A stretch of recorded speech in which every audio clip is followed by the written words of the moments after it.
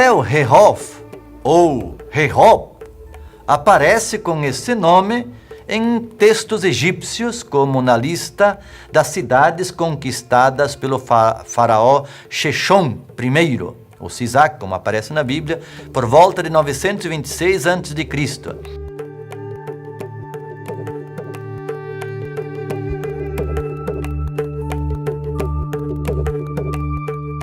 É também assim que Rehob é identificado na época bizantina e posteriormente pelas comunidades judaicas e islâmicas. O Tel Rehob se situa também no Vale de Jezreel e mais ou menos no centro do chamado Vale de Betzã.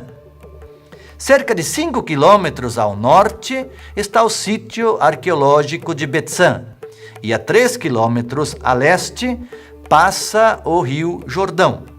Um pouco mais ao leste ainda, do outro lado do Jordão, mais ou menos na mesma linha, se encontra Pela, sítio que veremos mais adiante e que também faz parte da área mais ampla do Vale de Jezreel.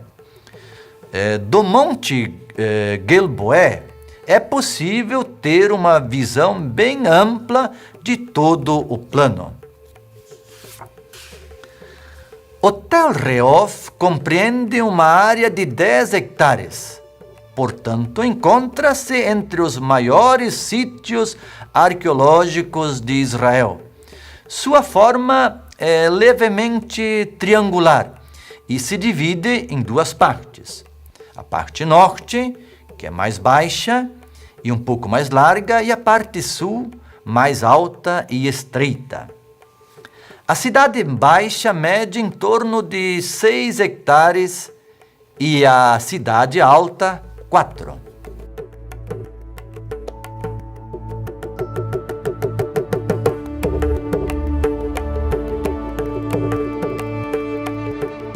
Assim como Jezreel, Rehob é um típico sítio ligado à história de Israel Norte, motivo pelo qual nunca foi de grande interesse dos arqueólogos e outros estudiosos de Judá. Tanto que as escavações em Tel Rehob começaram de fato somente no final da década de 90, apesar do Tel ser parte do projeto arqueológico do Vale de Betzã, iniciado já na década de 80, com as escavações em Betzã. Houve pequenas escavações anteriores, como em 79, porém somente em 1997, com uma grande equipe coordenada pelo famoso arqueólogo Amihai Mazar, da Universidade Hebraica de Jerusalém, que as escavações no Tel Rehob começaram de fato. O projeto coordenado por Amihai durou 8 temporadas, que compreendeu os anos de 1997 a 2007, tempo considerado longo na arqueologia.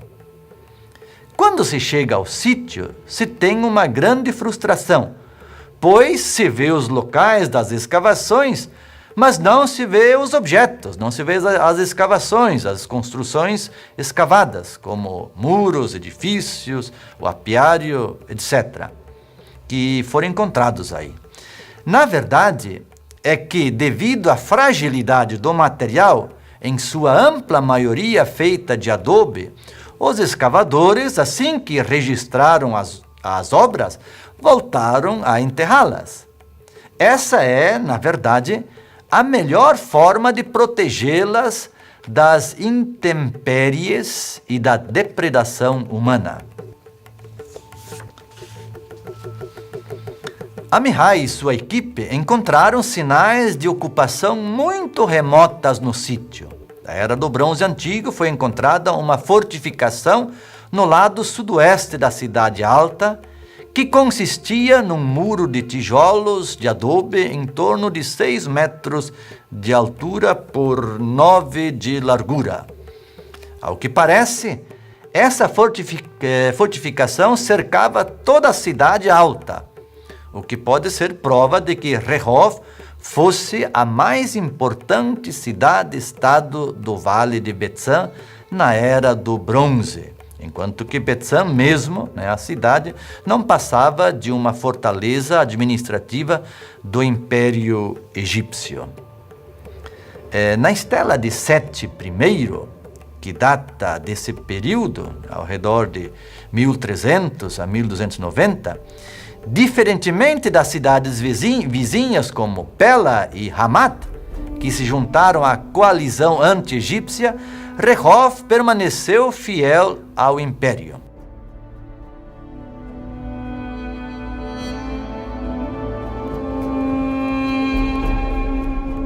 Em suas escavações, Amihai Mazar e sua equipe privilegiaram o período da Era do Ferro 2A, ao redor do século X e 9 a.C., que foi o período em que Rehov atingiu seu maior desenvolvimento e que corresponde ao reinado da dinastia Umrida de Israel Norte. O estilo das construções, a arquitetura da cidade, com suas ruas planejadas, difere bastante do precedente. Segundo Mazar, todos os muros eram de adobe, sem base de pedras, como era comum em outros sítios. Parte de uma muralha dupla com grandes torres foi escavada desse período, o que revela a sua função de defesa militar. Ou seja, por volta do início do século IX, durante o domínio Umrida, a cidade se transformou numa fortaleza militar. A grande quantidade de objetos de cerâmica, metal, marfim, figuras, altares, selos e material orgânico encontrada deste período faz de Rehov um dos mais importantes sítios para estudar a cultura e a economia de Israel Norte. Estima-se que a cidade tenha atingido um contingente populacional de mais ou menos 2.000 pessoas. Entre as cerâmicas, nas escavações no lado oeste da parte alta, um óstraco foi encontrado contendo 3 letras, LNH, que poderia significar para ou pertencente a Nahum ou Nahum. Na parte baixa do lado oeste, designada pelos arqueólogos de área C, foi escavado um edifício enorme e bem estruturado. Nele foi encontrada grande quantidade de vasos e tigelas de cerâmica e, entre eles, objetos de culto. Um achado foi particularmente especial. Um altar de argila com chifres, decorado com figuras de 2 deusas nuas ao lado de uma árvore da vida. Nessa casa grande, onde provavelmente morava uma importante família, foi encontrado também um grande pote de cerâmica para guardar cereais e nele estavam escritas 3 letras, NMS, que em hebraico provavelmente são as letras do nome Nimshi, que deve indicar o nome do proprietário do estabelecimento.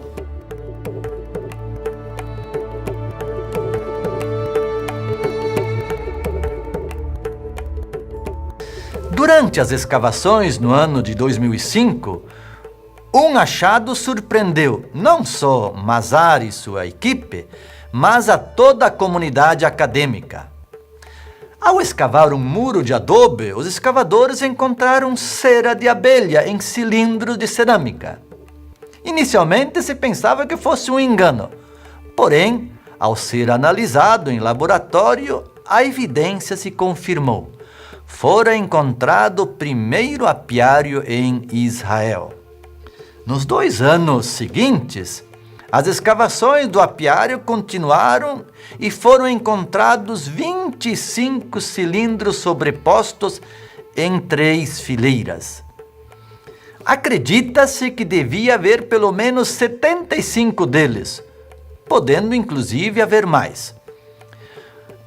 Os cilindros tinham um tamanho uniforme, medindo cada um em torno de 80 centímetros de comprimento por 40 de diâmetro, com capacidade para 50 litros de mel.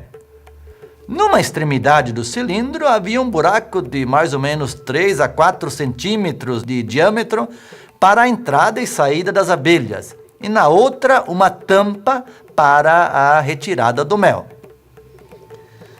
Muitos cilindros contendo restos de favos ainda estavam em boa preservação. Sobre os cilindros havia uma grossa camada de detritos e entulho queimados, sinal de que a cidade foi atacada e incendiada. O peso dos detritos amassou o cilindro das partes superiores, deixando-os em formato oval. De maneira que os cilindros melhor preservados eram os que se encontravam na parte inferior. O apiário fazia parte de um conjunto maior de construções públicas e domésticas, ou seja, as pessoas conviviam diariamente com milhões de abelhas. O que deixou os arqueólogos instigados é como o cultivo de abelhas podia acontecer em meio a tanta gente. Parece que as pessoas e abelhas acabavam se acostumando umas às outras e vivendo em certa harmonia. É possível que as abelhas nessa época ainda fossem bem menos agressivas. A análise feita das abelhas encontradas nos cilindros concluiu que a espécie era semelhante às encontradas na Anatólia. Portanto, é plausível que elas tenham sido importadas dali, pois as abelhas da Anatólia eram menos agressivas e sua produção de mel bem superior à das abelhas locais. Em todo caso, é certo que a vida com as abelhas regulava o cotidiano, o dia a dia de boa parte da população de Rehov, inclusive o culto, como iremos ver mais adiante. Acredita-se que, pelo indicativo dos achados, o apiário de Tel Rehov poderia produzir em torno de 400 a 500 quilos de mel por ano e 50 a 70 quilos de cera. Isso, para a época, era uma quantia bem elevada. Evidentemente que a produção dependia da florada anual, que, por sua vez, dependia da chuva. Portanto, uma produção em larga escala que não era para o consumo particular, mas para a exportação. Sabe-se que no Egito o mel era muito apreciado, não só para o consumo, mas também na confecção de remédios e a cera para pomada, etc. Portanto, Rehov poderia ser chamada de a cidade do mel, ou das abelhas. Isso pode mudar o conceito de que, quando a Bíblia diz que Canaã é a terra onde corre leite e mel, se achava que a referência era ao mel das frutas, como a tâmara e o figo, que nessa terra são muito doces. Com a descoberta dessa indústria do mel de Rehov, Canaã pode sim ser chamada de a terra do mel de abelha.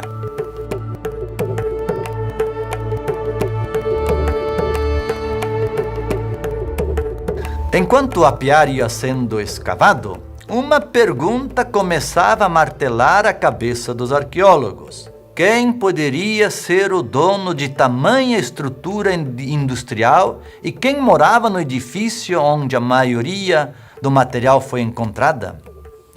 Somente poderia ser alguém de muito poder. Uma possível resposta começou a aparecer quando um caco de um pote de cerâmica grande, que era utilizado para guardar ou exportar cereais, foi encontrado no meio dos detritos do apiário. Nele havia uma inscrição, NMS. Essas são as letras em hebraico do nome Nimshi, que na Bíblia aparece como sendo o avô de Jeú, que está lá em 2 Reis 9. que era chefe do exército e que conspirou contra Jorão, rei de Israel, assassinando toda a descendência dos Omridas, como nós podemos ver isso nessa narrativa em 2 Reis 9-10. Portanto, é bem provável que esse era o nome de uma importante família na região e que era dona do apiário. Essa família, com boa probabilidade, pode ter sido a família de Jeú. De forma que, pelo visto, Rehov era uma espécie de cidade particular da família de Jeú. Algo parecido com o que foi Jezreel para a dinastia de Omri.